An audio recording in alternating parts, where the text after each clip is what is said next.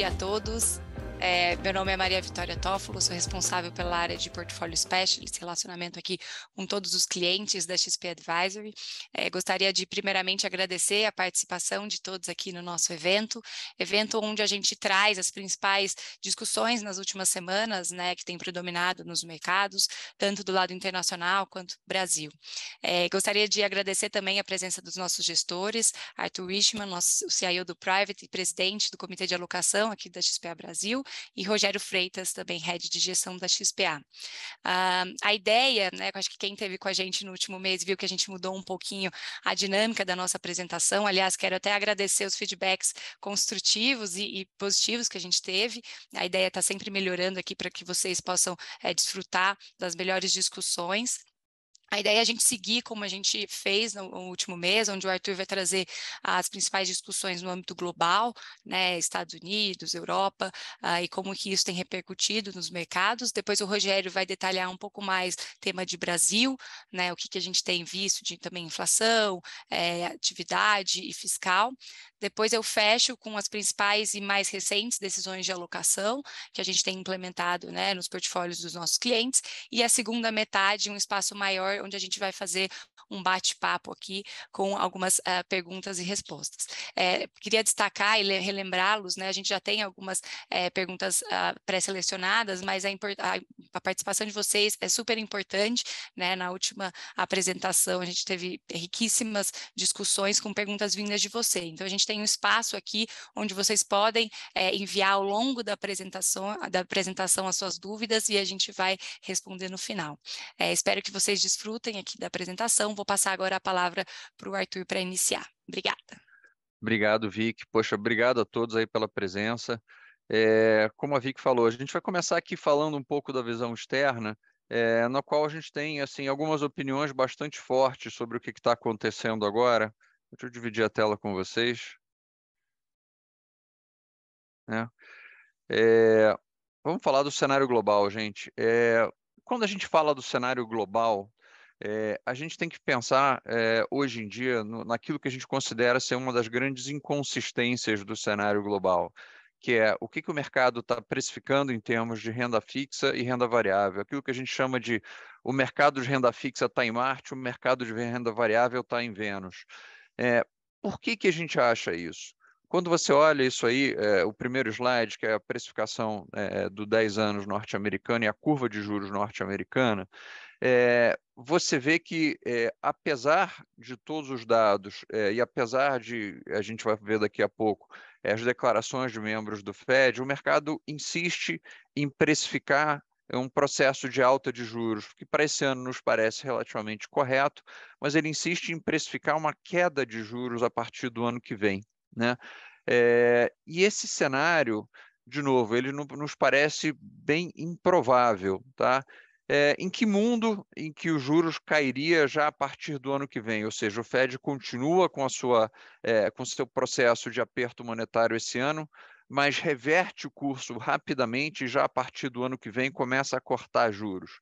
Um mundo onde a economia norte-americana basicamente caiu, entendeu, num abismo, onde a gente entrou numa depressão ou numa recessão bastante profunda e bem rapidamente, ou seja, a gente já ao longo do segundo semestre desse ano estaria numa recessão, e isso faria com que o Banco Central norte-americano cortasse os juros a partir do ano que vem.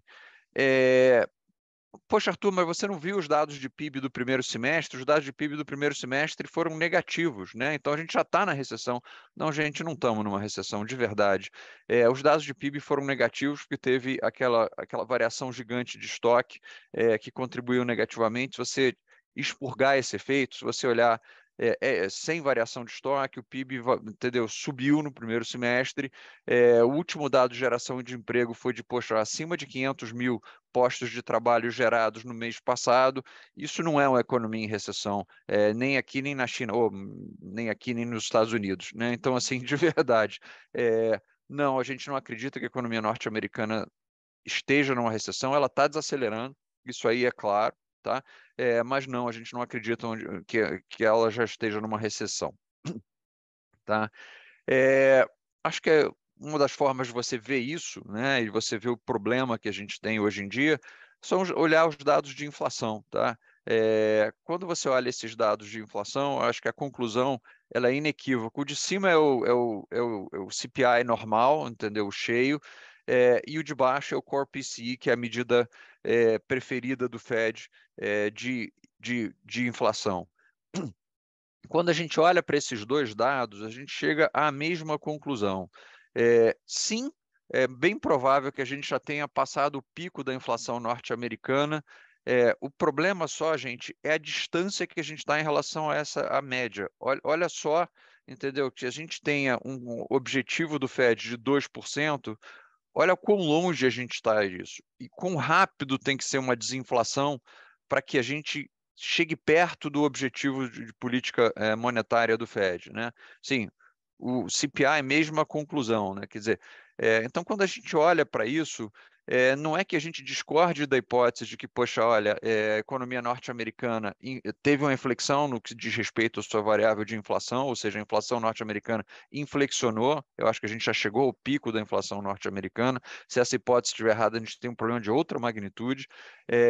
Mas a gente precisa desinflacionar, ou a gente precisa fazer com que essa convergência chegue a 2% numa velocidade relativamente rápida, né? E a gente sabe que, de verdade, a inflação tem inércia, né? Então, quando a gente olha para isso, você fala assim, poxa, olha, essas duas medidas aqui, mesmo que você assuma que a gente já passou do pico, do pior momento da inflação norte-americana, essas duas medidas te dizem exatamente a mesma coisa. O Fed não pode se dar o luxo de parar o processo de aperto, né? Lembra, a gente falou em algumas apresentações passadas que essas barras aqui, as verdes, as laranjas e as amarelas, são frutos de choque de oferta, né? Quer dizer, que quando você olha historicamente a inflação norte-americana, ela é a inflação basicamente de serviços, que é a barrinha azul, né? A inflação de energia, que é a barrinha verde, a inflação de alimentos, que é a barrinha amarela, a inflação de bens, que é a barrinha laranja, tem uma tendência próximo de zero quando você olha aqui, né? Então, só que o problema é o seguinte, quando você vê a inflação de serviços norte-americana, só a inflação de serviços já está rodando a 3%. Ou seja, se você gerasse todos os choques de oferta que impactaram todas as cadeias de alimentos, bens e energia, ainda assim você teria uma inflação que é 50% acima da média do objetivo do Fed. Então, quando a gente olha para isso, gente, a gente chega a uma conclusão que é meio que inequívoca, né? O Banco Central norte-americano tem que continuar com o processo de aperto monetário. Tá? Mesma mensagem, entendeu? Dita pelo próprio Banco Central norte-americano, dito pelo próprio Fed, né? Quando você olha, e isso aqui é o paper do Fed de São Francisco, ao qual a gente já fez alusão no passado, né? Barra verde, inflação de oferta, barra azul, inflação de demanda, barra amarela, aquilo que ele acha que é ambíguo, né? Mesmo que a gente zerasse a inflação de oferta, a gente ainda termina com a inflação de demanda, que essa sim precisa ser combatida com política monetária, tá? O mercado está confuso, né? De verdade, o mercado está confuso em relação a isso. Quando você vê medidas que são normalmente associadas à previsão de recessão, o spread do 10 anos com 2 anos está fortemente negativo. Ou seja, se você acreditasse no spread do 10 anos com o 2 como um preditor ou uma boa previsão para a recessão, e muita gente, o mercado como um todo, olha esse spread como uma ferramenta bastante precisa de prever recessão, você fala, realmente o mercado está caminhando, a economia norte-americana está caminhando para uma recessão. Do outro lado, você tem a medida preferida do Fed, que é o spread do swap de 18 meses com a T-bill de 3 meses, né? Então, quando você olha para isso, essa aí não indica a recessão ainda, né? Essa aí indicou a recessão que a gente teve em 2001, ela indicou a recessão que a gente teve em 2008, obviamente pegou a crise da Covid e ela não indica ainda uma recessão. Então, o próprio mercado, o próprio microfuncionamento do mercado te dá sinais confusos sobre em que direção ele espera que a economia norte-americana caminhe, tá?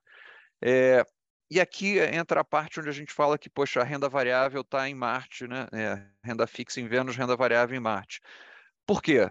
Ok, vamos dizer que a renda fixa esteja certa, né? Que, poxa, a curva de juros esteja certa e que o Fed vai cortar juros a partir do ano que vem. O cenário onde ele corta juros a partir do ano que vem é normalmente um cenário associado a uma recessão, é o que a gente acabou de falar. Se a gente vai ter uma recessão, isso aqui é a expectativa de lucros do S&P, o gráfico de cima, tá? $227 para esse ano, 244 para o ano que vem. Se a gente vai ter uma recessão, por que o mercado está assumindo que vai haver crescimento de lucros para o S&P, né? Uma recessão, lembra, poxa, o PIB encolhe, o lucro encolhe também, o PIB, o lucro comum dos componentes do PIB encolhe também, né? Então, assim, se a gente está acreditando que o mercado de renda fixa está certo, a barrinha verde ou a linha verde deveria estar abaixo da linha branca e não acima, não assumindo um crescimento ainda em torno de 7, 8% de lucro, né? Quando a gente olha os parâmetros históricos, poxa, quanto cai o lucro durante uma recessão? Em torno de 13%, né? Isso aí é a mediana das recessões pós-guerra. Não teve nenhuma recessão no qual o lucro nos Estados Unidos não caiu, né? Então, quando a gente olha para isso, a gente chega à conclusão de que, olha, sim, se a gente tiver uma recessão, é razoável esperar uma queda de lucros. Ah, mas Arthur, poxa vida, tem uma inflação nesse negócio, então o lucro é nominal, pode ser que ele não caia tanto assim, pode ser que ele não caia 13, ok, pode ser que ele caia 5, porque parte desses 13 vai ser a inflação, o impacto da inflação nos lucros, ok, pode ser que ele caia menos, mas subir 7, 8%, que é o que o mercado espera hoje em dia, parece pouco razoável. E a gente chega à seguinte pergunta: poxa, Arthur, então você tem a tese, pô, renda fixa está precificando a recessão. A antítese disso, que a renda variável está precificando o crescimento, né? Será que não tem uma síntese? Ou será que não tem alguma coisa no qual esses dois mundos funcionem ao mesmo tempo, né?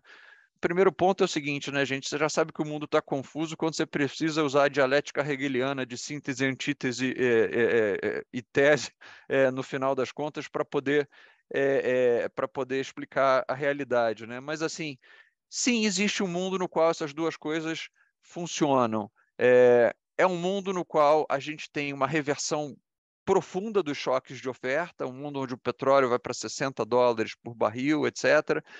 E a gente volta para aquele cenário Goldilocks, né? Então, assim, a gente volta para um cenário no qual os choques de oferta se revertem e a gente tem o tal do pouso suave na economia. O processo de aumento de juros do Fed faz com que a economia pouse suavemente, né? Gente, é possível? É. Agora, a gente tem que sempre olhar para as estatísticas, né, e para os parâmetros históricos. Pousos suaves, existe registro de pouso suave na economia norte-americana, mas eles são estatisticamente raros, né? É a mesma coisa que você tentar pousar um A340 no aeroporto aqui em Congonhas, né, carregado. Não sei se tem algum piloto aqui assistindo isso, mas acho que de verdade. Talvez seja possível, nem sei se é possível ou não, mas é bem pouco provável. Então, assim, o que a gente acredita de verdade é que a economia norte-americana vai passar por um processo de desaceleração e mesmo por esse processo de desaceleração, a gente vai ver o que o Fed acha disso daqui a pouco, entendeu? Ainda assim, a gente vai ter que ter um processo de alta de juros. Tá? Então, resumo da ópera por enquanto, quer dizer, a curva de juros já precifica corte em 2023. Para que isso aconteça, a gente precisa de duas coisas, né? Que é a reversão dos choques de oferta e uma redução da demanda agregada.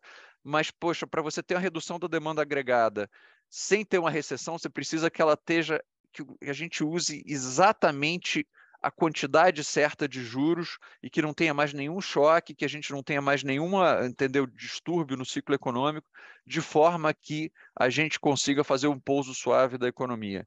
É possível? É. Mas é raro, gente. Poxa, política monetária não é um instrumento tão preciso assim, né? De verdade. Política monetária é que nem fazer uma cirurgia de ligamento cruzado tendo um martelo e um prego grandão, entendeu? Sendo que cada marretada que você dá, você só vê a consequência dela daqui a 6 a 9 meses, que são os lags de política monetária. Então, acho isso pouco provável. Aí você fala assim, poxa, Arthur, mas então por que o mercado está precificando isso? Por que o S&P subiu? Por que os juros caiu? Por que o mercado está precificando esse Goldilocks, né? E aí eu acho que existem duas explicações para isso. Primeiro, né, o mercado está brigando as guerras das batalhas passadas, né? O mercado está pensando o que está acontecendo a partir de agora, a partir da visão de 2009 até 2010. Ele falou, o mundo de 2009 até 2010 foi um mundo desinflacionário, é para esse mundo no qual a gente vai voltar, a tal da teoria das expectativas adaptativas do Andrew Lo, que a gente formula a nossa visão em relação ao futuro de acordo com o passado que a gente viveu. E aí eu acho que também tem um segundo componente, que é a falha na comunicação do Fed, de verdade, gente. Aí, você não precisa tomar minha palavra por isso, pega uma pessoa que é 10 vezes mais inteligente que eu, que é o Mohamed El-Erian, foi CEO da Pinko, né? Ele diz que o Fed está numa armadilha cognitiva, né? O que é dissonância cognitiva? Dissonância cognitiva é aquela coisa que a gente estuda em psicologia comportamental ou behavior finance, que quando você recebe um dado, você tem uma visão do mundo, você recebe um dado, essas duas coisas estão em conflito, você começa a torcer o dado de forma que a sua visão do mundo não seja alterada, né? Entendeu? E o próprio Powell te falou isso, ele no final das contas reconheceu, né, que essa frase, olha, eu acho que agora a gente entende o quão pouco a gente entende em relação à inflação, né? Então, assim, eles mesmos estão nesse conundrum de, poxa, não saber direito como é que a dinâmica inflacionária chegou até aqui, e dado que ele não sabe direito como a dinâmica inflacionária chegou até aqui, prever a inflação fica mais difícil ainda, né? Você tem a história da comunicação do Fed, né? E aí, de verdade, a gente tem espaço para criticar o Fed, né? Tem sempre essa história de, olha, don't fight the Fed. Toda vez que você entra no mercado financeiro, entendeu? Os operadores, os gestores mais antigos sempre te falam isso. Olha, cara, não entra na frente do Fed que você vai brigar uma batalha no qual ele tem muito mais munição do que você, tá? Mas de verdade, eu acho que dessa vez o próprio Fed não está te dizendo o que o mercado está entendendo. Ok, essa primeira frase do Powell aí, que a gente vai ver depois as consequências dela, de que o juro neutro está em 2,25 a 2,5, essa frase foi muito confusa e essa frase causou um dano, acho que bastante grande na expectativa de mercado, tá? Porque o pessoal falou, poxa, se a gente já está no neutro, então quando ele botar o juro a 3,25, a gente está acima do neutro, pô, a inflação converge, está tudo tranquilo, né? Mas não é nem isso que o Powell te falou, tá? Nessa mesma entrevista coletiva, ele te falou: olha, o que a gente espera que aconteça, né? Olha, o que a gente espera que aconteça ainda está refletido no último Summary of Economic Projections, lembrando que o S&P é aquilo que o Fed espera para o futuro, né? E a gente vai ver o que o S&P te mostra, né? Ele falou: o último é de junho, a gente vai ter um agora em setembro, mas o de junho ainda está válido, e o que está valendo é o que está lá em junho. Né? E ele fala aqui para a gente, olha, de verdade, que eu acho que os juros terminam entre 3,25 e 3,5 para esse ano, e a gente sobe mais 50 bases ano que vem. Ou seja, ano que vem não só ele não cai, como ele continua subindo. Dito em inglês, claro, pelo próprio Powell. Né? Também está nas projeções dele. Quando você olha o Summary of Economic Projections, termina o ano em 3,4 juros e ano que vem em 3,8. Né? Não tem queda de juros aqui, dentro das próprias projeções do Fed. Arthur, mas as projeções de setembro vão vir com um número mais, entendeu? Com um número diferente. Pode até ser, gente, mas assim, de verdade, para uma economia que gerou 500 mil postos de trabalho, para uma economia que está desacelerando, mas que ainda está com a inflação rodando a 8,5, a gente vai agora vir com um número de queda de juros, parece pouco provável, né? E aí também, de novo, você não precisa tomar minha palavra como isso, você pode usar o Larry Summers, que, poxa, é uma das grandes referências em termos de pensamento econômico e tem a vantagem de não ter muita papa na língua, né? Então ele deu logo uma trauletada no pé da orelha do Powell, né? Assim, de verdade. Ele falou, olha, essa história de falar que a gente está no neutro é totalmente indefensível, assim, não dá para defender, indefensável, não dá para defender, gente. Ele falou isso aí é analiticamente incorreto, né? Não tem nenhum, ele falou assim, não tem nenhum estado na natureza, não tem nenhum mundo no qual 2,5 de juros, numa economia que está inflando ainda a essa velocidade, seja sequer perto do neutro, tá? E ele dá aqui um dado para a gente importante, que é o dado do paper dele de março, abril desse ano, né? Que ele fala assim, olha, para desinflar essa economia de verdade, a gente tem que gerar o desemprego, a gente tem que fazer o desemprego chegar perto de 5, né? Lembrando que o desemprego está a 3,5, né? Então está aqui a não existência do pouso suave, né? Quer dizer, poxa, se você vai ter que fazer o desemprego sair de 3,5 para 5, ainda assim a economia vai abrir um gap de 1,5 ponto percentual na taxa de desemprego e não entrar em recessão, poxa, gente, de novo, muito pouco provável, né? E depois do CPI, depois do número de inflação melhor do que o esperado dessa quarta-feira, o pessoal do Fed, entendeu? O mercado eles estão começando a expressar esse incômodo com a precificação do mercado, que depois de um número melhor do que o esperado, dois caras que são considerados relativamente doves, um é muito doves, que é o Neil Kashkari do Fed de Minneapolis, e o Evans, que é considerado um cara centrista / doves, vieram e falaram, olha, mercado, vocês estão entendendo errado, né? O Charlie Evans falou, pô, a inflação está inaceitavelmente alta, né? O Fed vai continuar aumentando os juros para esse ano e em 2023, né? Ele falou, a gente não espera que a gente já esteja terminado com a alta de juros. Ele falou, olha, acho que no final das contas o juro termina entre 3,75 e 4, ou seja, essa queda de juros que o mercado está assumindo está completamente em desacordo com o que o Evans falou. Mesma coisa com o Neil Kashkari. Ele falou, olha, mesmo com a inflação melhor dessa quarta-feira, não muda a minha visão em relação ao mundo, tá? Assim, de verdade, a gente está muito longe de declarar vitória. E ele falou, mesmo que eu entre em recessão, a gente ainda assim vai continuar subindo a taxa de juros. Então, assim, os membros mais doves do Fed já estão dizendo para a gente, em inglês muito claro, né, de que eles, mesmo que a gente esteja numa desaceleração mais forte, ainda assim a inflação está inaceitavelmente alta, ainda assim a gente vai ter que continuar subindo a taxa de juros, tá? Gente, falar 2 segundos aqui de Europa, que vai ser um problema grande que a gente vai ter no final desse ano, né? Quer dizer, e aí para quem gosta de Game of Thrones, isso aí é um plágio, entendeu? De verdade. A Europa vai ter um problema super grave, por quê? Porque 40% do gás natural que vem para a Alemanha, 30%, 30 e poucos por cento do gás natural que vem para a França, vem da Rússia. E a Rússia vai usar isso como ponto de pressão na guerra da Ucrânia para fazer com que a Europa, entendeu? Tende ou ceda mais, entendeu? Rápido, né? Você vê o Nord Stream 1, que é por onde esse gás natural vem, ele tem a capacidade de 160 milhões de metros cúbicos por dia, né? E ele entrou miraculosamente em manutenção ou acidentalmente em manutenção, está trabalhando em torno de 30%, 40% da capacidade, né? E os russos estão falando, olha, ou vocês mudam de ideia ou a gente começa a botar, entendeu, esse negócio rodando a 20% da capacidade no inverno europeu. E aí você tem duas opções, gente, de verdade. Primeiro, né? PIB é energia aplicada à matéria-prima, a gente gera PIB. Né? Se você vai ter que usar, só vai ter 20% do hidrocarboneto necessário, você vai ter que usar isso necessariamente para aquecimento de casas. O que isso significa? Que as indústrias todas que geram eletricidade, que usam eletricidade gerada a partir de gás natural, vão ter que ser desligadas. Então, isso aqui, ou a gente resolve esse problema, ou a Europa vai passar por uma depressão profunda no final desse ano, quando começar o inverno. Tá? E eu paro aqui, gente, de novo. A mensagem é: o cenário global, cara, não vamos assumir que a batalha contra a inflação está ganha, entendeu? Não vamos assumir que o Fed já declarou vitória. O próprio Fed está dizendo para a gente que ainda não declarou vitória. De verdade, eu acho que o cenário central é que o Fed continue subindo os juros ao longo do tempo. Se isso estiver errado, entendeu? O mercado de renda fixa está muito, muito errado. Ou, se isso estiver certo, o mercado de renda variável está muito, muito errado. Um dos dois está errado.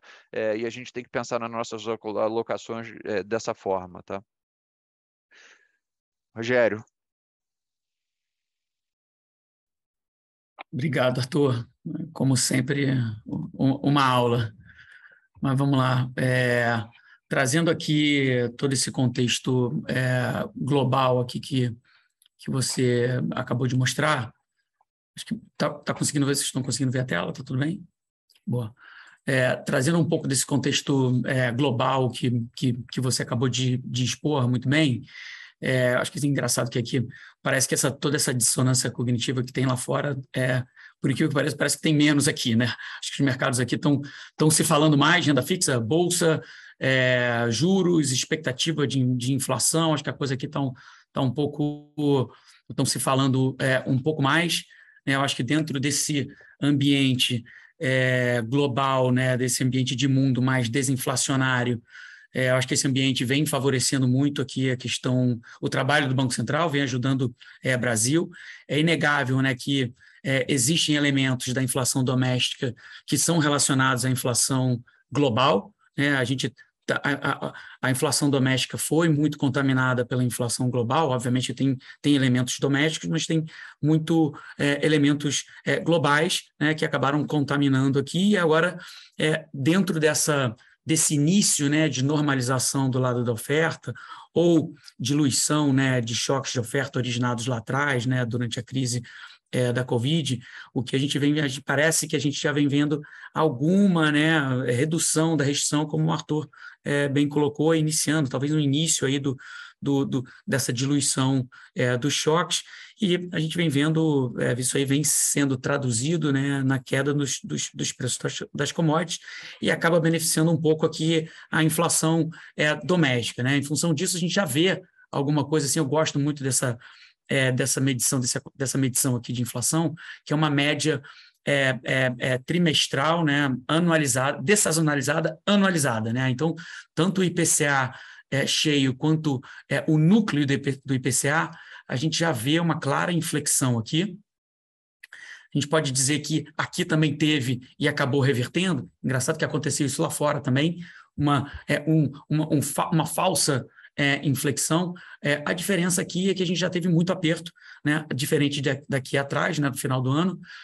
Agora a gente está tendo essa inflexão dentro de um contexto de bastante aperto monetário que a gente já teve, né? Então, o Banco Central, lembrando, o Banco Central apertou juros apertou as condições financeiras muito mais rápido, iniciou o ciclo de aperto aqui dentro muito mais rápido do que lá fora. Então, assim, parece que essa inflexão aqui é uma inflexão mais fundamentada do que essa falsa inflexão aqui. A gente vem vendo também o índice de difusão, que é um índice que a gente gosta muito, também fazer uma inflexão, é um sinal positivo. É óbvio que 1 ou 2 dados não são suficientes, a gente tem que ver mais dados, mais evidências para comprovarem aqui a nossa visão, mas o fato é que esses 2 gráficos aqui são traduzidos um pouco nessa projeção aqui do ano contra ano, né, do IPCA. Essa história aqui da inflação fazendo pico, né, do pico da tese aqui, pelo menos de Brasil, de peak inflation, né, e olhando para frente, a gente vê uma inflação cedendo.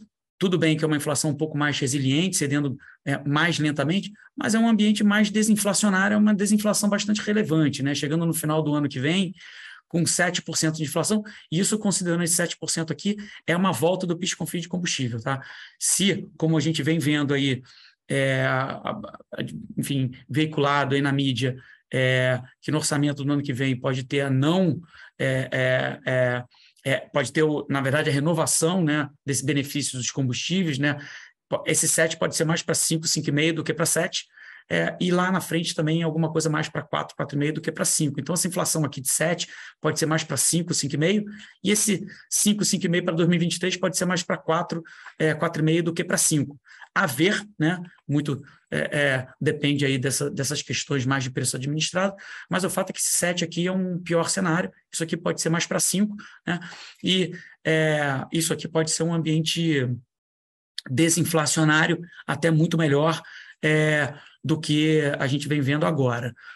O fato é que o mercado de juros já antecipa muito desse aperto monetário. A gente vê aqui no juros real que já tem bastante aperto monetário, né? A gente viu isso aqui mais para próximo de 3%, indo para 6%. Historicamente, é um nível de juros real bastante alto, né? É um prêmio de risco relevante e é um aperto monetário bastante relevante. Olhando juros nominal, a gente já vê que tem um nível, né, de prêmio de risco bastante interessante aqui, né? O Banco Central, em termos de juros nominal, ele já sinalizou aqui na última ata que grande parte do ajuste ele já fez, né? Existe aqui uma vontade, um desejo até do Banco Central de já estar parando, talvez ele já tenha parado no 13,75, mas ele deixou uma opcionalidade aqui, a depender dos dados, ele pode fazer mais um ajuste residual, né? Como ele bem colocou aqui nessa frase aqui da ata do cupom.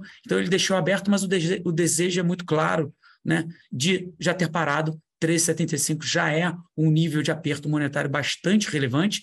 Dentro desse contexto aqui e da sinalização da condução das expectativas muito bem feitas aqui pelo BCB, o Banco Central, o mercado já começa a colocar alguns cortes de juros, né? A gente colocou aqui as próximas 5 reuniões, o mercado já coloca aqui só um prêmio com relação às próximas 2 reuniões, então praticamente não tem o próximo aperto, né? Ele já para nesse 13,75 e já no ano que vem ele começa a cair juros, terminando 2023 com juros perto de 11,5 em 2023.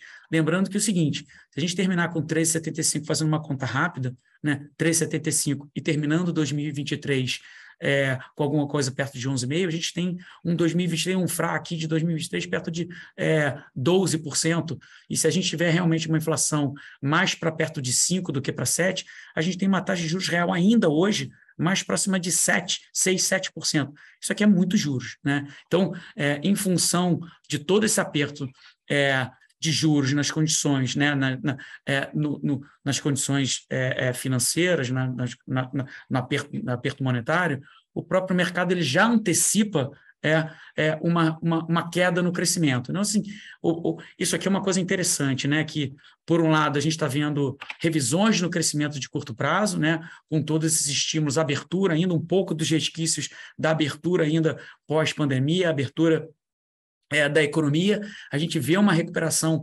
econômica, na verdade, uma recuperação das expectativas de crescimento para 22, que era praticamente 0 a meio, passando para já acima de 2, tem algumas instituições falando de 2, 2,5 até de crescimento para esse ano, mas em contrapartida a gente vê uma expectativa mais para frente de revisão para baixo, né? O PIB do ano que vem saindo aqui de 2,5, né?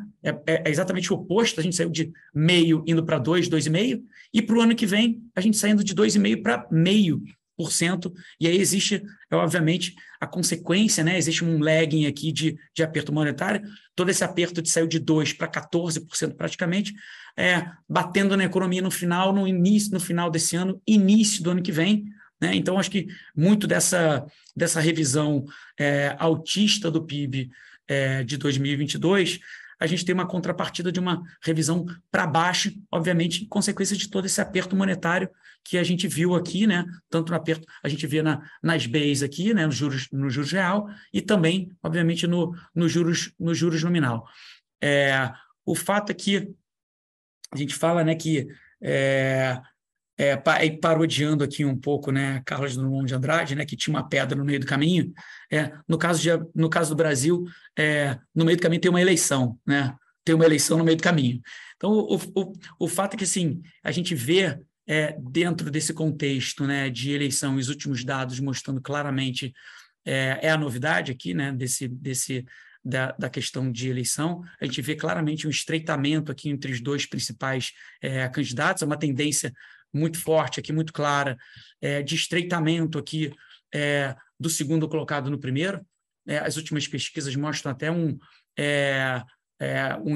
empate técnico, e qual é a consequência disso aqui? A consequência aqui também nesse estreitamento aqui da intenção de voto, isso também tem levado aqui um estreitamento no discurso, né? Existe aqui a gente tem visto aqui uma convergência, né, nessa visão mais de política econômica, né? Existe aqui também uma convergência na necessidade aqui de não estourar, né, o teto. As últimas declarações, como eu falei, parece que existe hoje um entendimento muito claro da necessidade de uma estabilidade da dívida, da relação da dívida PIB, né?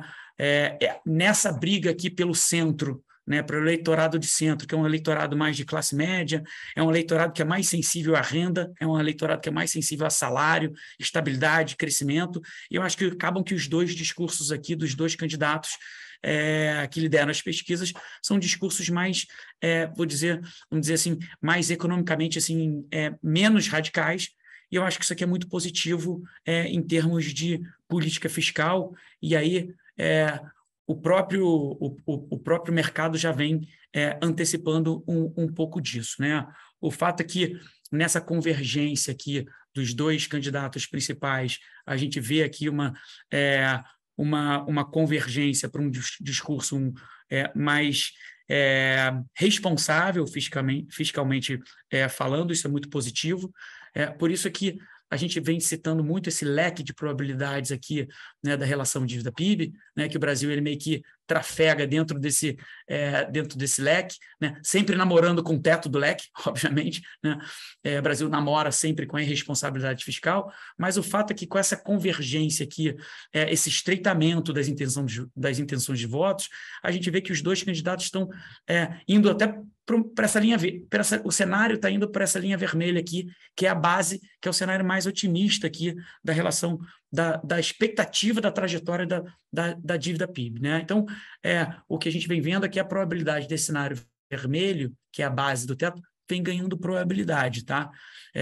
Isso é muito positivo, a gente acha que dentro desse cenário de piso aqui do leque, existe bastante prêmio, tá? Dos ativos brasileiros já carregam bastante prêmio, né? Eu acho que a probabilidade desse cenário aqui, da gente ter um regime fiscal do próximo governo um pouco mais responsável, aumenta a chance disso acontecer. Todavia, né, obviamente, a gente sabe que o Brasil sempre fica aqui nessa corda bamba, o risco fiscal brasileiro a gente sempre tem esse risco binário, né? E eu acho que essa fotografia, esse exercício aqui, traduz bem o que a gente acredita aqui de Brasil, né? A gente fica sempre dando probabilidade. Qual é o cenário da linha pontilhada? Né? A linha pontilhada é de um ambiente que é um cenário de desancoragem fiscal, e a linha marrom aqui, essa marrom mais clara, é um cenário de algum controle fiscal. O Brasil, que sempre é um ambiente, sempre fica num governo fiscalmente frágil, né? Mas tem uma ancoragem fiscal, então o Banco Central sobe juros e acaba reduzindo os juros lá na frente e voltando para alguma coisa com a Selic caindo lá para 11, para 10, 10,5, e depois reduzindo alguma coisa lá mais para 8,5, 9, e a gente passa a ter um juros real voltando para um juros real médio nosso histórico, alguma coisa mais para 4%, vai, muito abaixo desse 6%, 5,5%, 6% que a gente tem hoje. O fato é que a probabilidade entre esses dois cenários aqui, essa bifurcação aqui, né, esses dois cenários binários aqui, a chance desse cenário marrom vem aumentando a probabilidade desse cenário, tá? Então, acho que é um pouco do que a gente vem vendo de Brasil dentro desse contexto. Vou passar para a Vicky agora falar um pouco da alocação. Obrigada, Rogério. Se quiser continuar com... tá bom, eu compartilho aqui então. Só um minutinho.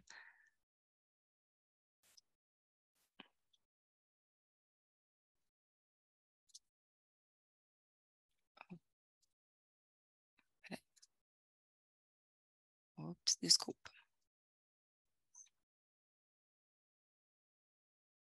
Estão enxergando, certo? Bom, obrigada, Arthur e Rogério, pelas apresentações. Eu acho que se eu puder rapidamente aqui tirar as principais conclusões, né, e como que a gente, tudo isso sustenta as nossas mais recentes decisões de alocação, acho que do âmbito global o Arthur colocou muito bem a questão de inflação, né, lá fora, ainda em níveis elevados. A gente reconhece que existe sim uma descompressão, principalmente vindo de alívios, né, de choques de oferta, porém, quando a gente olha diversas medidas inflacionárias, elas estão ainda em patamares acima, né, do que é estipulado ali pelos bancos centrais como meta. Então, isso fazendo com que exista ainda uma necessidade de um maior aperto monetário pelo próprio Banco Central. E aí, a grande questão, né, que a gente tem discutido é como o mercado está precificando isso. Do lado da renda fixa, já incorporando, sim, alguns ajustes adicionais altistas esse ano, mas incluindo uma redução de juros no ano que vem. Então, tendo como premissa base um cenário de recessão. E aí, enquanto a gente vê, ao contrário, o mercado de renda variável, né, ainda com crescimento de lucro para os próximos anos. Então, o que nos parece um inconsistente, dado as características, né, desse cenário. E, além disso, né, o que tem gerado bastante ruído, o Arthur colocou muito bem, não só a decisão, né, de política monetária, pelo Fed, mas também a comunicação tem gerado bastante ruído. Dito tudo isso, a nossa visão, né, para o ambiente global, ele ainda é, de certa forma, cautelosa. Indo para o Brasil, começando também pela parte de inflação, como o Rogério bem colocou, a inflação tem se mostrado resiliente, né, nos últimos meses, mas a gente já vê sinais de desaquecimento desses níveis. Dado, né, o último dado recente que a gente teve do IPCA fechado de julho, já mostrando essa queda. De qualquer forma, a gente vem acompanhando, porque é importante para a dinâmica aqui de juros. O Banco Central brasileiro já sinalizou, né, como a gente mostrou também, a proximidade desse término de aperto monetário, mas é importante deixar também que ele não fechou as portas. Isso é muito importante, dado, né, essa questão que o Rogério também apresentou de proximidade com as eleições e ainda um risco fiscal.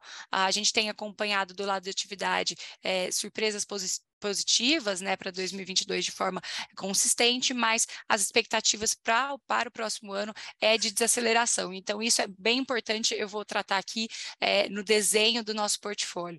E do lado de risco fiscal, ele ainda permanece, porém, com uma menor probabilidade, eu acho que, do cenário de ruptura, o que tem ajudado, né, até a dinâmica dos mercados nas últimas semanas. Bom, dito tudo isso, trazendo aqui as decisões de alocações mais recentes que a gente tem implementado, obviamente, além da redução de risco, né, que a gente veio fazendo ao longo dos últimos meses, até focando mais na parte de pós-fixado, nas últimas semanas a gente vem dentro de renda fixa, aproveitando oportunidades, né, tanto na parcela de juro real quanto juro nominal. O Rogério mostrou ali bem os prêmios, né, a nosso ver já estão bem atrativos, e considerando, então, como eu mencionei, um cenário, né, de desaquecimento, a gente prefere na parcela de renda fixa, onde já oferece prêmios, e também, como o cenário base também não é de ruptura, existe, assim, pensando num médio e longo prazo, um espaço, né, para uma queda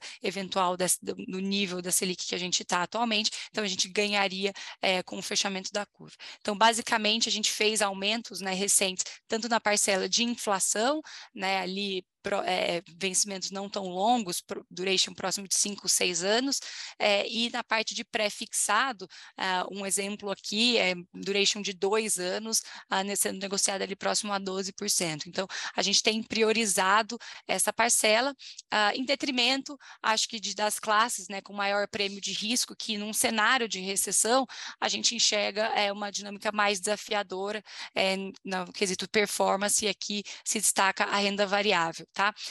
Só para fechar também, a gente continua com uma alocação over aqui em multimercados, né, pelo dinamismo dos nossos gestores, como a gente vê ainda uma dinâmica de volatilidade, tanto lá fora quanto aqui em Brasil, a gente permanece com uma posição maior do que a neutra nesses fundos, tá? Acho que, de maneira geral, foram essas as últimas decisões, né? Eu acho que, se a gente olha, julho foi um mês positivo para os portfólios, a gente conseguiu, mesmo tendo reduzido o risco, capturar esse alívio que a gente teve, mas ainda mantendo as nossas defesas, dadas todas essas incertezas que a gente colocou. Passando agora para a segunda etapa, né, da nossa apresentação, onde a gente vai fazer um bate-papo aqui. Eu já vi que a gente já recebeu algumas perguntas, mas eu queria iniciar, Arthur, com você. Na semana passada, nós tivemos a Expo, né? Eu acho que acredito que todos tenham acompanhado. A gente recebeu presenças ilustres, né? Gestores renomados, globais, empresários, líderes políticos, empreendedores. E você também teve, particularmente, a oportunidade de conversar com o professor Larry Summers. Até você trouxe um pouco ali, né, dos últimos argumentos que ele tem colocado, né, e que impactam também em mercados. E no último GAC, na quarta-feira, você chegou até a comentar que você não colocaria no mesmo jantar Larry Summers, o Powell, presidente do Fed, e até o nosso ilustre Paulo Leme. A minha pergunta é, se a gente tivesse esse encontro hoje, né, como que ele seria? Como seria essa conversa? Quais seriam os principais defesas, né, dado que eles têm visões diferentes ou até parecidas, mas comunicações diferentes sobre o que tem acontecido lá fora? Boa pergunta. E aí, realmente eu não chamaria para o mesmo jantar essa turma, pelo menos não agora, né? Assim, olha, tá claro que o que o Powell está tentando fazer é o que um banqueiro central tem que fazer. Um banqueiro central, eu até achei que o Neil Kashkari, quando ele falou, olha, eu estou disposto a correr o risco de recessão, ele foi extremamente sincero, né? Mas o Powell, ele está no papel dele de dizer o seguinte, não, eu vou fazer o pouso suave, né? Porque assim, o objetivo de todo banqueiro central é sempre fazer o pouso suave. Imagina que o banqueiro central chegasse para vocês agora e dissesse para a gente assim, olha, turma, eu vou jogar a economia numa recessão profunda. Assim, entendeu?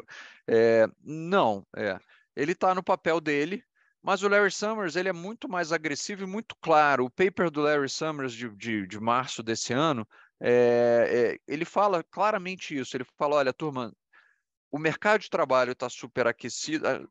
Com o mercado de trabalho superaquecido, você tem inflação de salários. Quando você tem inflação de salários, você não vai conseguir ter a convergência da inflação para a meta, né? Logo, o jeito de você fazer essa convergência para a meta, o jeito de você ter uma convergência para a meta é você abrir, entendeu, um espaço dentro do mercado de trabalho. Ele fala de pelo menos 5%, e aí ele continua no paper dele, para não entrar numa economia chato, mas ele fala, olha, toda vez que a taxa de desemprego sobe mais do que 1% em um período curto de tempo, a economia entra numa recessão, né? Então, assim, ele chega à conclusão que, poxa, ele pega esse encadeamento todo lógico e fala, olha, a conclusão disso é que sim, nós vamos ter uma recessão, e aí onde o Powell de verdade escorregou, acho que numa casca de banana, foi na menção da taxa de juros neutra, né? Se dizer, poxa, 2,25 e 2,5 o juro neutro, gente, juro neutro é um conceito em economia que é um conceito meio quase que, entendeu, religioso, né? Assim, as pessoas acreditam nele, mas você só sabe que você estava no juro neutro depois que você passou por ele. Ele é um conceito não provável, né? Você não consegue provar ele empiricamente, né? Naquele momento. Você só consegue provar que você esteve no juro neutro no passado, né? Então, assim, de verdade, com inflação a 8,5, você falar que você está perto do juro neutro, você deu uma interpretação no mercado que estava incorreta, mas você deu o espaço para o mercado te interpretar, dizendo assim, olha, já estou perto ali de onde eu queria estar. E não, você não está nem perto. E eu acho que essa é a diferença entre os dois, entendeu? Entre os três, na verdade, né? Eu acho que os três reconhecem que você não está nem perto de onde você queria estar. O Powell tem que ter uma retórica um pouco mais, digamos assim, contida, né? Porque ele é, entendeu? O chairman entendeu? Do Banco Central. Então, assim, de verdade, mas os três reconhecem que você vai precisar continuar subindo a taxa de juros, tá? Onde o Powell deu uma escorregada, eu acho que foi na comunicação. Arthur, deixa eu pegar aqui uma pergunta que eu acho que assim, que é importante, né? O fato é que nós aqui, como gestores de recursos, né, a gente não pode nunca se abraçar muito numa tese estrutural, porque a gente pode estar errado, né? Então as coisas mudam. O Howard Marks falou uma coisa interessante, né? Que economia não é uma ciência, né? É no máximo uma dismal science, né? Uma ciência meio sombria, né? O fato é que e essa pergunta da Vicky foi muito boa porque coloca dois pensamentos diferentes, né? E a gente sempre se questiona aqui aonde que a gente pode estar errado, né? Nossas teses, nossas visões, qual é aonde que a gente pode errar, né? Nessa visão de inflação. E a minha pergunta aqui, assim, para você aproveitar, é o seguinte, né? A gente sempre falou muito da questão de PIB digital, e a digitalização, todo esse processo de consumo digital, a gente teve uma recuperação econômica muito rápida, apesar das pessoas estarem todas em casa, né? A minha questão é o seguinte, será que a volta da economia nesse aperto monetário também não pode ser mais rápida? E a desaceleração e a desinflação também não pode ser mais rápido, no sentido do efeito desse aperto monetário, a gente tem uma dinâmica desinflacionária de desaceleração também mais rápido, a ponto de ter realmente, talvez, um cenário melhor do lado de inflação? É possível, Rogério, mas eu acho o seguinte, você tem uma discussão super interessante, que no fundo, assim, qual é a potência da política monetária? Essa pergunta é assim, a política monetária hoje em dia ela é mais potente ou menos potente do que ela foi no passado, né? E acho que tem um argumento para ser feito na direção contrária, que é o argumento que inclusive o Larry Summers fez na Expert, né? Ele falou, olha, gente, o consumidor está bem, as empresas estão ok, o sistema financeiro está ok, Na verdade, a política monetária perdeu potência. Por quê? Porque, poxa, na hora que você deixa o cara desempregado, que você leva o cara para a taxa de desemprego para 5%, ele ainda tem poupança, então ele não contrai tanto o consumo assim, né?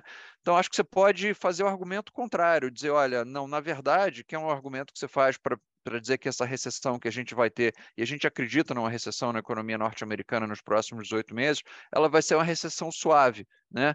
Porque você diz assim, olha, cara, o consumidor está bem, entendeu? As empresas estão bem, os bancos estão bem, eles vão passar por esse choque monetário de uma forma menos sofrida. Tem um ponto que você levantou que é muito bom, Rogério, que é o seguinte, isso não significa que dentro do PIB você não vai ter coisas expandindo e coisas, entendeu? Encolhendo muito mais do que imaginava, né? Lembra que o PIB não é um negócio homogêneo. Mesmo numa recessão tem coisas que ainda estão crescendo e coisas que estão encolhendo, que foi o que a gente viu durante a crise da Covid. O tal do stay-at-home portfólio, todo o consumo de bens digitais, de serviços digitais, explodiu. Agora, com a reabertura, isso não tem nada a ver com o ciclo de política monetária, mas com a reabertura, o que a gente está vendo? Você viu NVIDIA, você viu Micron, toda essa turma de tecnologia dizendo para vocês, olha, sabe o que aconteceu? Poxa, quando a economia fechou, todo mundo trocou o computador, porque a gente tinha que usar um computador para se comunicar, e aí todo mundo tinha um computador antigo, então todo mundo trocou o computador. Então a demanda por computador esse ano, por exemplo, está uma demanda fraca. Por quê? Porque, poxa, todo mundo trocou o computador no passado, a gente não troca o computador todo ano. Então, assim, o que você pode ter é parte da economia, especialmente a parte da economia ligada ao setor de tecnologia hardware, software um pouquinho menos, pode sofrer bem mais. Eu acho que isso é uma hipótese bem razoável, concordo com você nisso. Agora, deixa eu te perguntar alguma coisa. A gente passou, poxa, um evento super importante para a gente, que foi a Expert, né, na semana passada. Poxa, você conversou com todos os gestores, uma das grandes vantagens que a gente tem de estar na Expert, você está com todos os cérebros, né, pensando gestão de portfólio no Brasil no mesmo lugar, na mesma hora, né? Então, assim, o que te chamou a atenção quando a gente conversou com todos esses gestores lá? Qual foi a mensagem que você tirou de todas essas conversas? Boa. Não, realmente, assim, a Expert foi uma oportunidade única da gente estar presencialmente, né? E quando a gente conversa com gestores ali presencialmente, né? Acho que a língua é mais solta, né? Então, a gente tem um ambiente mais descontraído, então tem a gente sabe de fato, né? Ali, one-on-one, ali, conversando com pessoas que a gente conhece, amigos e tal, grandes gestores. O fato que, assim, é impressionante como essas equipes de gestão, né, não só de multimercado, mas de bolsa também, assim, como eles aprimoraram nesses últimos anos a capacidade de analisar a economia. Obviamente que o gestor brasileiro, o economista brasileiro, ele teve um diferencial aí, né, dentro desse ambiente de inflação, alta de juros, assim, todos os gestores são muito bons nisso e acabaram pegando, diferente de alguns hedge funds americanos que acabaram ainda naquela ideia de que a inflação era transitória, compraram a ideia, o discurso, a narrativa, e enquanto os gestores brasileiros aqui analisando de forma fria, falaram, opa, já vi esse negócio, e pegaram muito bem, né? Eles continuam com essa capacidade de análise muito forte, né? Eles tiraram o pé, pegaram muito bem essa alta de juros e tiraram um pouco o pé de risco, reduziram o risco nos portfólios. Agora, assim, é claro que existe hoje, né, quase um consenso, né, uma unanimidade de que os prêmios de riscos já estão altos, né, brasileiros em particular. De uma maneira geral, já existe oportunidade, né, nos ativos, em alguns ativos globais também, em termos de preço, né. O Brasil está barato, o Brasil está atrativo, tem muita incerteza, mas o Brasil está atrativo. Unanimidade, o ativo unânime é a B, né? NTNB é um ativo que todo mundo gosta muito. E aí eu acho que vale a pena aqui colocar uma coisa, Arthur, que é o seguinte, né? Esses gestores, assim, diferente de algumas das pessoas que assim, não são do mercado, as pessoas falam, mas o cenário está muito incerto, está muito desafiador. Esses gestores falam assim, cara, qual é o preço? Né? Então, assim, colocar o preço disso aqui é a coisa mais importante para se ganhar dinheiro do mercado. O mercado pode estar super desafiador, mas se o preço está barato, já embute esse cenário, a gente pode ter uma oportunidade. Então, todos os gestores aqui falam assim, o cenário é desafiador e tal, mas e o preço? O preço está atrativo. né? Então, eu acho que existe uma coisa aqui que os preços hoje já embutem alguma atratividade e alguma oportunidade, e pode ser que realmente tem algum ambiente aqui para se tirar proveito. Eu acho que tem oportunidade, eu acho que os multimercados, os gestores de multimercados vão conseguir capturar. Eu acho que a próxima pernada está todo mundo muito ligado em questão de aproveitar a próxima oportunidade. Eu acho que a próxima oportunidade vai ser mais para a visão mais otimista, dado que os preços já embutem muita coisa ruim. Uma coisa que vale notar é a questão da pedra no meio do caminho aqui do Drummond que eu citei, né? A eleição no meio do caminho. Parece que para esses gestores, eleição pode não ser um issue, né? Por incrível que pareça. Tá? E, pode ser que não seja um grande divisor, pode ser que não seja um grande divisor de águas. E se a gente tiver aqui, eu acho que é interessante notar, até dentro do nosso cenário, se a gente tiver uma transição ou não, né, uma continuidade ou uma transição mais suave de políticas, a gente pode ter uma grande oportunidade aqui nos preços ativos brasileiros. Gente, se eu puder trazer também em linha com discussões de Brasil e Expert, a gente teve a oportunidade de escutar o ministro Paulo Guedes no evento. Acho que ele abordou diversos temas de Brasil, crescimento, a inflação, a questão fiscal também. Eu queria que vocês comentassem um pouco o que a gente compartilha da visão do ministro ou não também, né? Eu acho que foi uma apresentação que acabou até impactando, de certa forma, a dinâmica de mercado. Então, qual que é a visão de vocês sobre isso? Olha, Vicky, é inegável que a economia brasileira está performando melhor do que a gente esperava no início do ano. Então, assim, e o ministro ressaltou isso no seu discurso, né? Olha, a economia brasileira está muito melhor do que vocês esperavam, vocês estavam excessivamente pessimistas, né? A inflação inflexionou, né? Também é um ponto que ele fez, e o Rogério mostrou isso muito claramente. A gente, a não ser que você tenha outros choques de oferta, o Banco Central já fez uma boa parte do dever de casa e a gente vai ter uma inflexão, né? Onde a gente, eu não diria discorda, mas onde a gente acha que merece uma certa atenção é a discussão de verdade do que vai acontecer no ano que vem, né? Aí sim, a gente acredita que a economia vai desacelerar muito em função do aperto monetário, porque afinal de contas a política monetária funciona e a gente acabou de subir os juros em quase 12%, né? Então, assim, de verdade, isso aí tem que ter algum efeito sobre a demanda agregada na economia brasileira, tá? Você já está vendo isso em alguns dados, os setores mais sensíveis a juros já estão começando a mostrar alguma inflexão, né? Então, acho que onde a gente diverge um pouco da visão um pouco mais otimista em relação ao ano que vem é que a gente acha que sim, a economia desacelera no ano que vem, você tem uma desaceleração importante, e aí a discussão de $1 trilhão para o Brasil é a discussão do fiscal, né?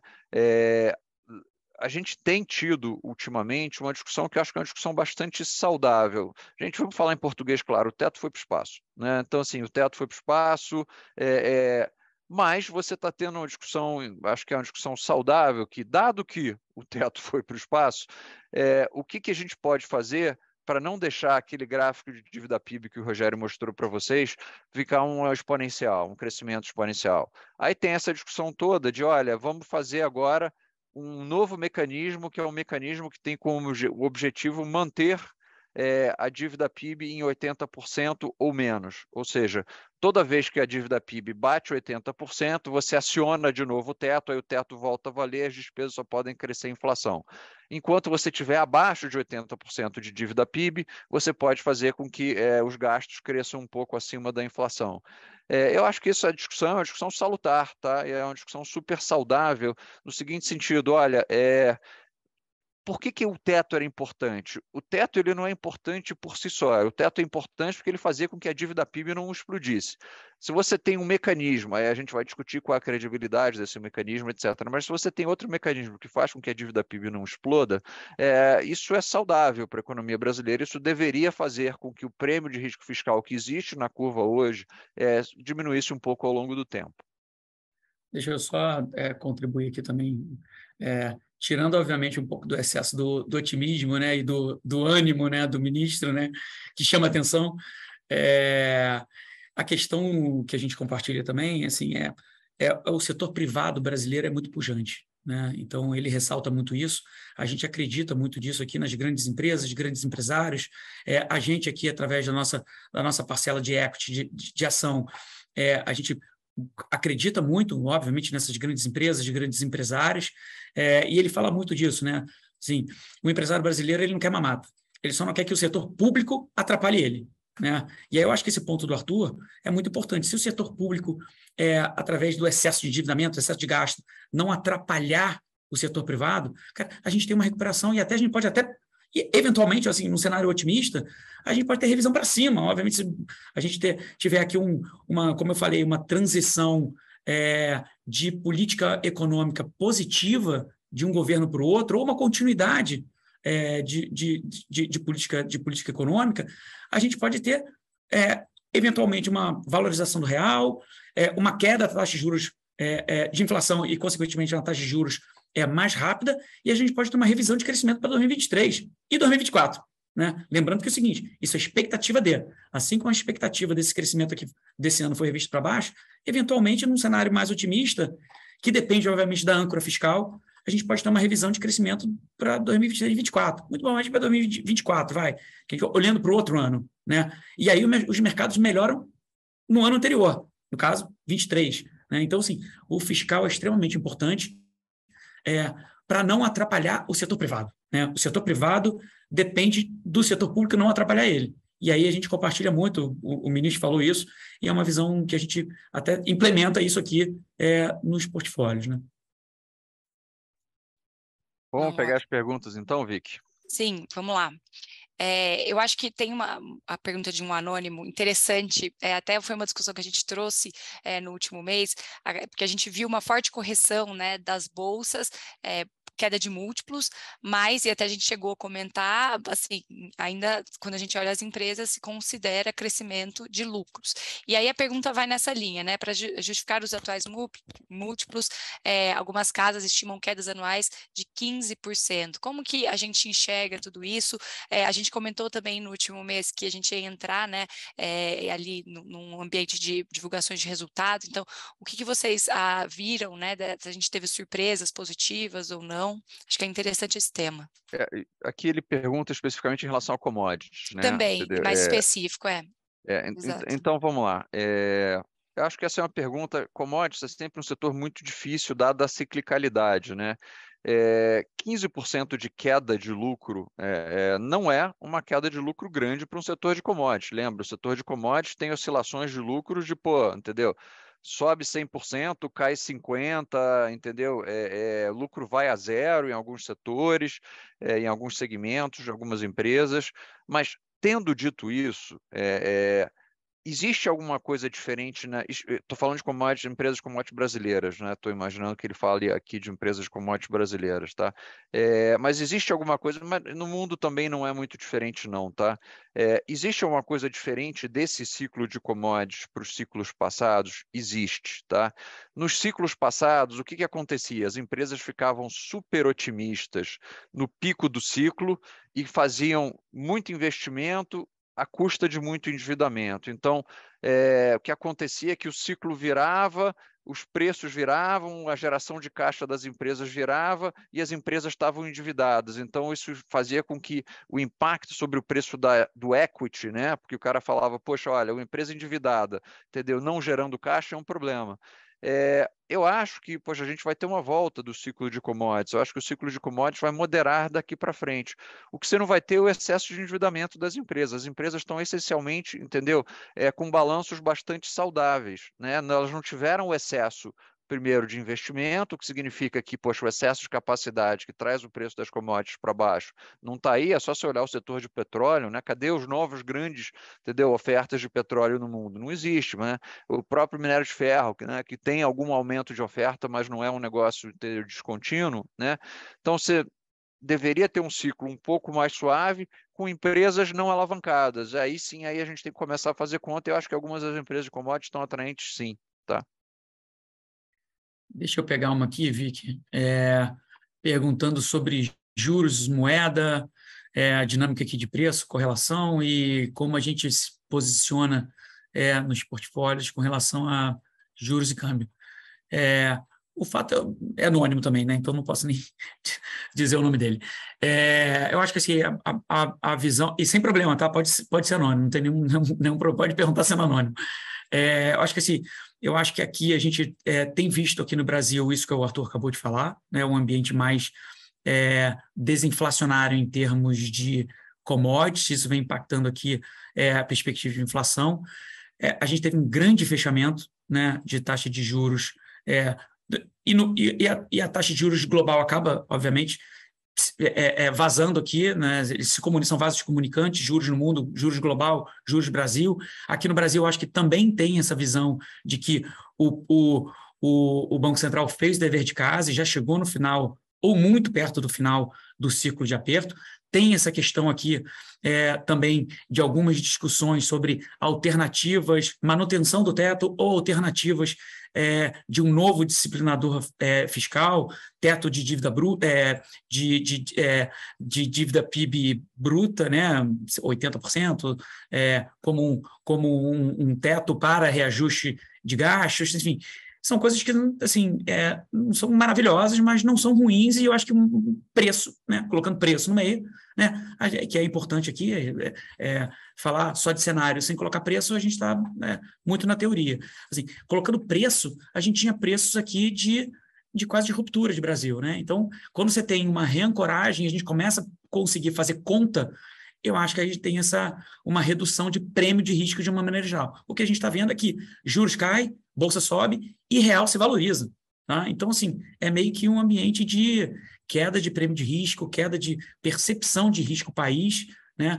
Acho que o movimento de risk-on global também vem ajudando os ativos brasileiros, tá? de uma maneira geral. Tá? Então, acho que é um pouco disso. Como que a gente está refletindo nesse portfólio?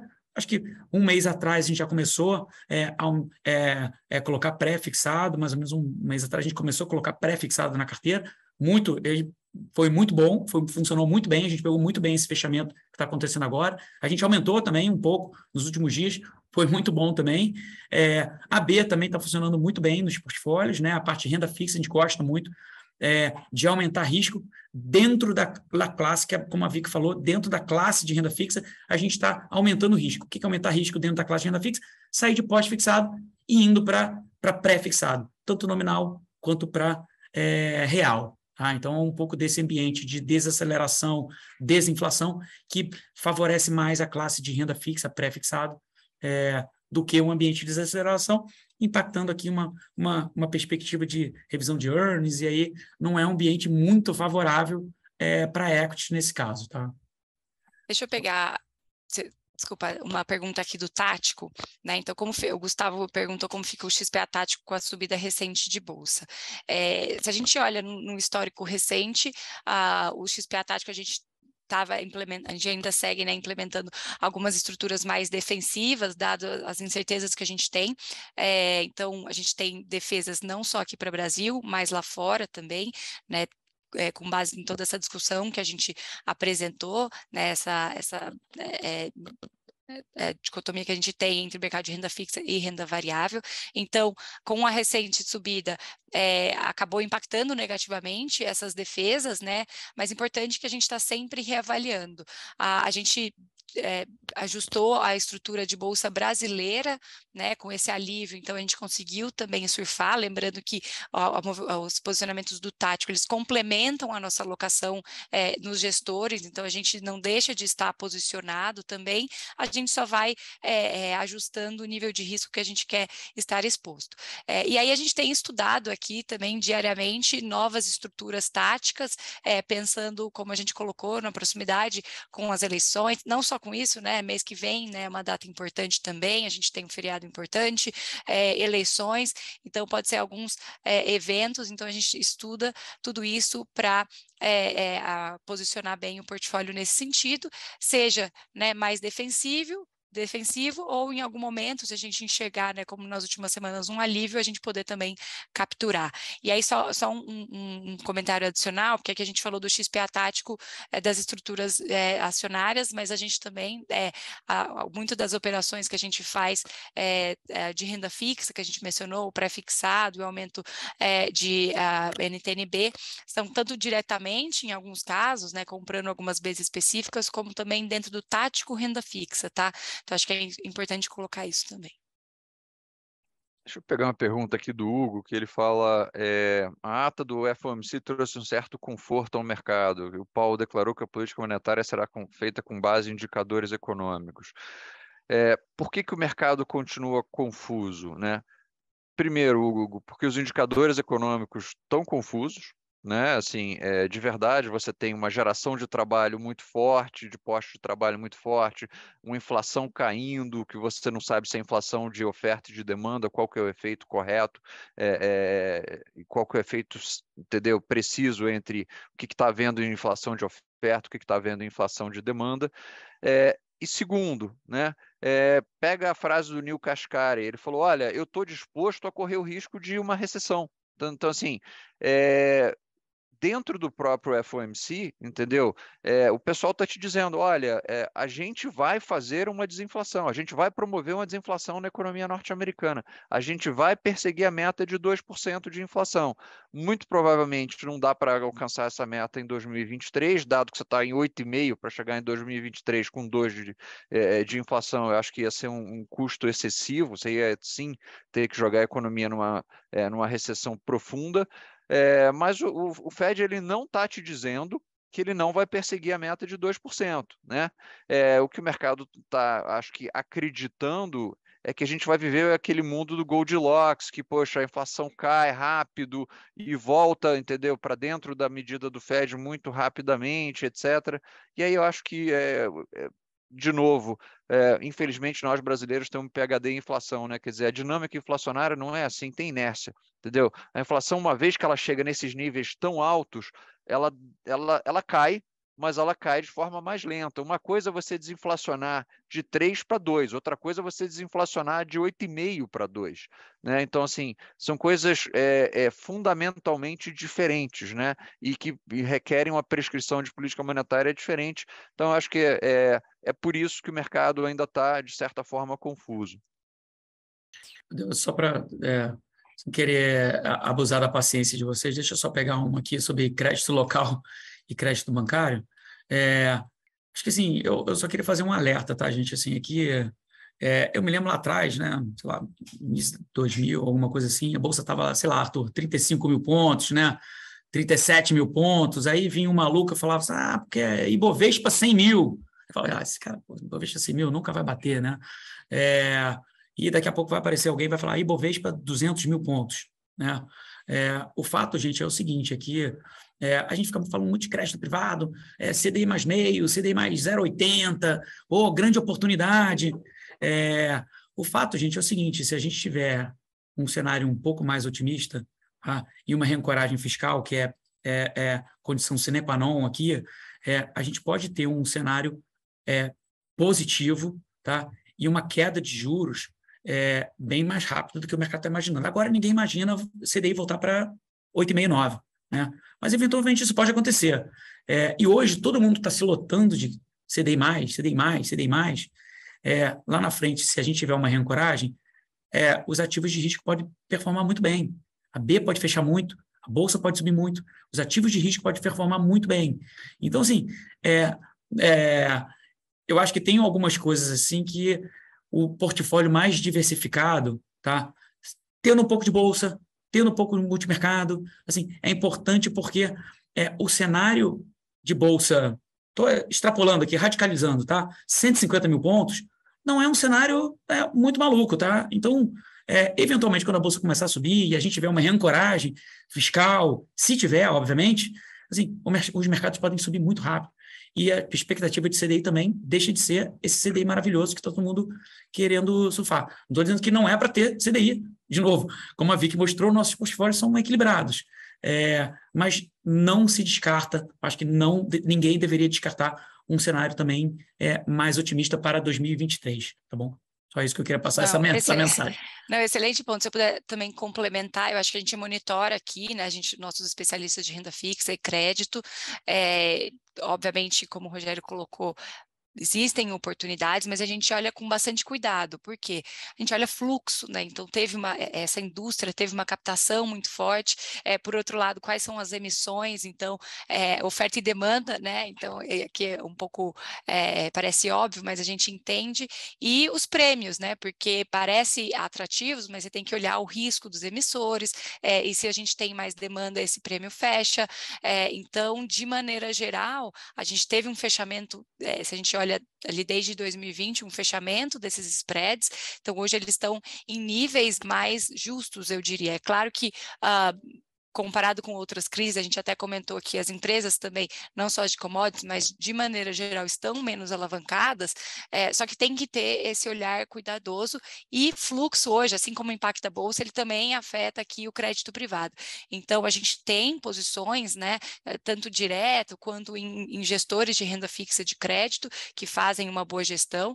Então, essa questão é muito importante, a gente acompanha aqui a liquidez desses fundos, todos esses temas, tá? Então, a gente gosta, a gente não tem aumentado no curto prazo, dado esse panorama. Vou só terminar com a pergunta aqui do Marcos, então, que ele fala que a inflação em pré, vocês estão mais alocados na parte curta, média da curva. Vocês veem prêmio na parte longa? Marcos, inexoravelmente tem prêmio na parte longa vamos lá, se você acredita que vai haver a manutenção de algum tipo de arcabouço fiscal, tá? Fiscal monetário. Tá? Então, pensa o seguinte, na parte longa, né, a meta de inflação já é 3%. Né? Então, com o juro longo a 12%, você está dizendo o seguinte, olha, o juro neutro, né, que a parte longa está te precificando, é de 9% no Brasil. Gente, acho que não tem país no mundo, não, mentira, não vamos falar dos nossos amigos aqui do Sul, assim, mas poucos países no mundo vão precisar de um juro neutro de 9, entendeu? Ou vão conseguir sequer sobreviver com um juro neutro de 9, né? Então, no fundo, o que existe, Marcos, é uma inconsistência na precificação da parte longa da curva. Não é inconsistência no seguinte sentido, não é que ela esteja errada, mas eu te garanto que o juro longo brasileiro não vai ser 2. Por quê? Poxa, com a dívida PIB que a gente tem, com 12% de juros, a conta não fecha. Tá? E por definição, um juro de 12 a essa altura do campeonato, né, ele já te diz o seguinte, olha, o regime de metas de inflação foi para o espaço, né? Porque, entendeu? Então, a gente tem um prêmio de risco grande aí, mas porque o risco é grande, né? Assim, dá para dizer assim, poxa, tem prêmio de risco? Tem, mas tem risco também? Tem, entendeu? Então, a relação risco-retorno está ajustada, a gente ainda acha que tem espaço para compressão de prêmio de risco, mas aí você tem que tomar um certo cuidado. E como disse o Rogério, parafraseando Carlos Drummond de Andrade, tem uma eleição no meio do caminho, né? Então, assim, nessa altura do campeonato, poxa, se tem prêmio de risco, Arthur, por que vocês não estão na parte longa pré da curva? Aí, de verdade, eu sou corajoso, mas estou de férias. Marcos, nessa altura do campeonato, não tenho coragem de fazer isso não, cara.